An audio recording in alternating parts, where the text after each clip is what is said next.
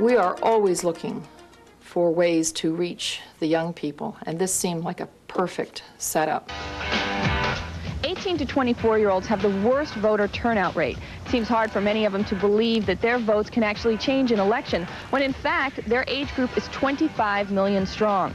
But unfortunately, only 9.5 million voted in the last presidential election. There's never been a more important time for you to express yourself. So if you're 18 and a U.S. citizen, register and vote. And to the extent that there is a message here from Rock the Vote, that message is, you know, rebel, take back the system, register to vote and get involved, and show the politicians, the consultants, and the press that they can no longer take for granted the youth vote. The Rock the Vote people got in touch with me, and we set it up. And the first thing I said to them was, you realize you're coming to New Hampshire?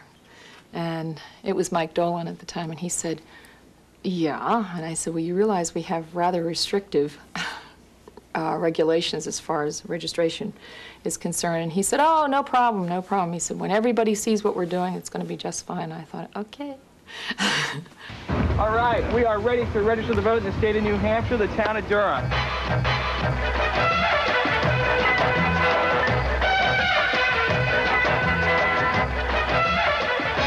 And as soon as you get done, let me know, and I'll look at your card, check your birth certificate or your passport or whatever identification you have. She doesn't have a birth certificate or a passport or anything.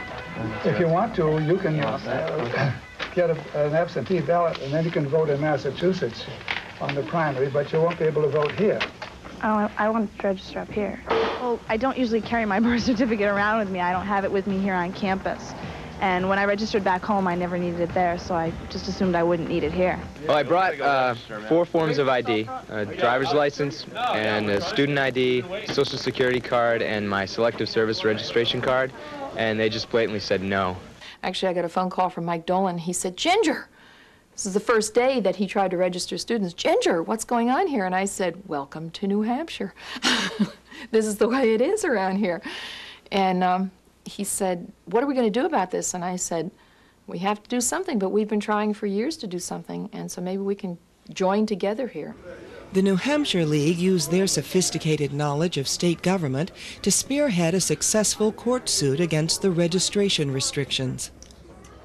The League authored and successfully lobbied for a law to permanently simplify the registration requirements. Now they have a thing called the citizen affidavit, which means you can sit there and you can sign this affidavit saying, yes, you are in fact a citizen. That's going to be sufficient documentation in order for you to register. We don't have as much impact without Rock the Vote. And Rock the Vote doesn't have as much impact without the League. We really need each other. As a result of this working relationship, students turned out in record numbers to register in New Hampshire. They registered close to 10,000 young people, and I think they said something like 80 to 90% went ahead and voted in the primary. So it really does work.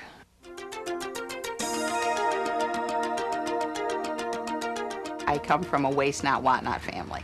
We always had everything we needed, but not necessarily everything we wanted. Cardboard? Just mostly cardboard. Excellent. You know the oil needs to go to the Amoco station? Yeah, no, I've already been there. Okay, very good. That's empty right now.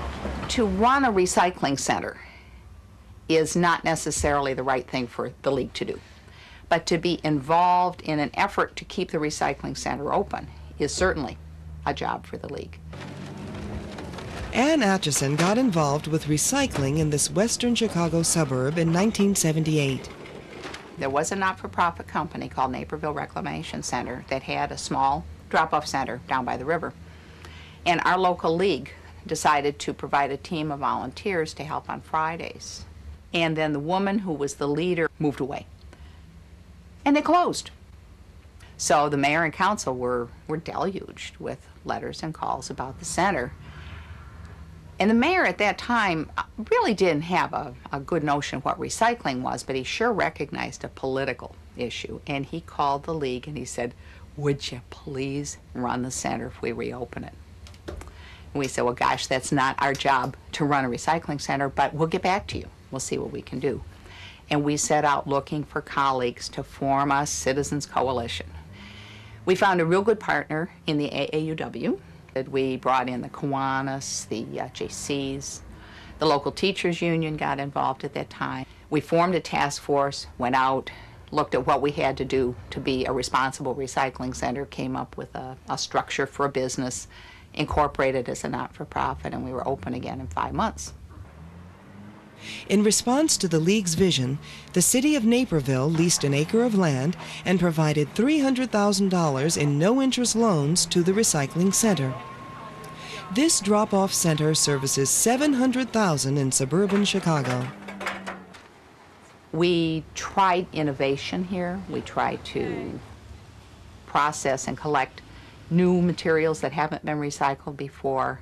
At one point, we were considered a test kitchen for recycling, which was kind of a nice nickname to have. The Naperville Area Recycling Center gained national attention with pilot programs like the recycling of milk jugs, polystyrene, and funny metals. Got a degree in music. I'm a flute player by training. I never learned business before. I understand accounting now. Oh, I understand double entry ledger. Oh, help.